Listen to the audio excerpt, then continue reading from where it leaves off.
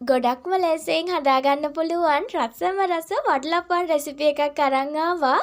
කඩේ තියෙනවටත් වඩා රසට ඔයාලට මේ විදියට හදාගන්න පුළුවන්. දිය වෙලා යන්නේත් නැහැ. අතින් උනත් කඩා ගන්න පුළුවන් මේ විදියට හදාගත්තම හරි රසයි. එහෙනම් අපි බලමු කොහොමද හදාගන්නේ කියලා. මං අරගත්තා බිත්තර දෙකක්. මේ බිත්තර දෙක ගන්නකොට එකින් එක වෙන වෙනම කඩලා ගන්න.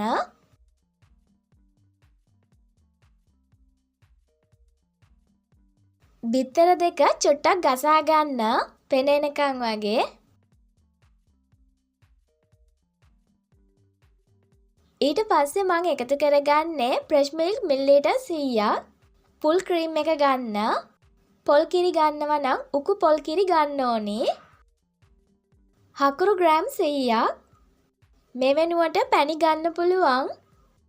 උකු පැණි මිලිලීටර් 100ක් වගේ ගන්න. තලාගත්ත එනසල් ඇට 3-4ක්. එනසල් නම් අනිවාර්යයෙන්ම එකතු කරගන්න ඕනේ.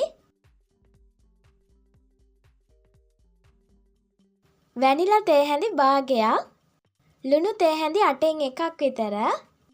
හකුරු ටික දිය වෙනකන් හොඳට ගසා ගන්න.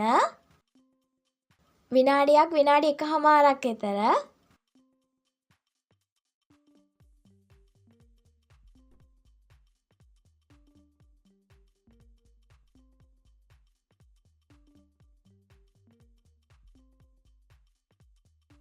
ඊට පස්සේ පුළුවන් ස්ටීම් කරන භාජනයට දාගන්න. ස්ටීම් කරන භාජනයේ අනිවාර්යයෙන්ම ටිකක් ඝනකමට බටර් ටිකක් ගාලා ගන්න.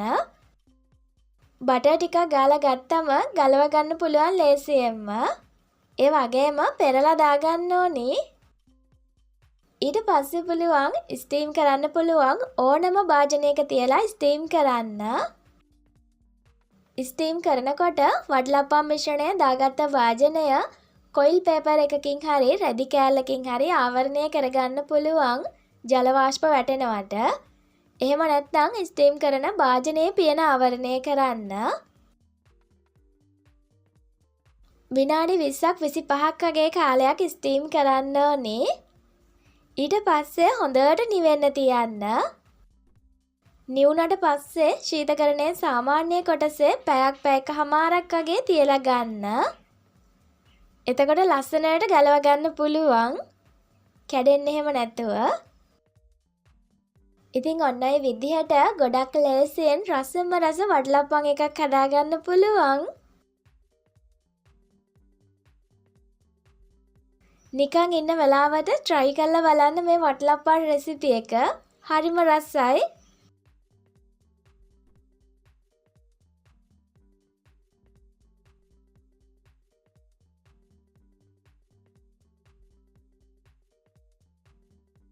කඩේ වඩාත් වඩා රසට කන්න පුළුවන්.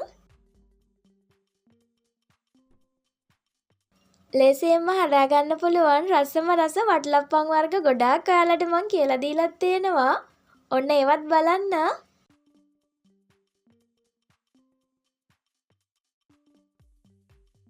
try කරලා බලන්න.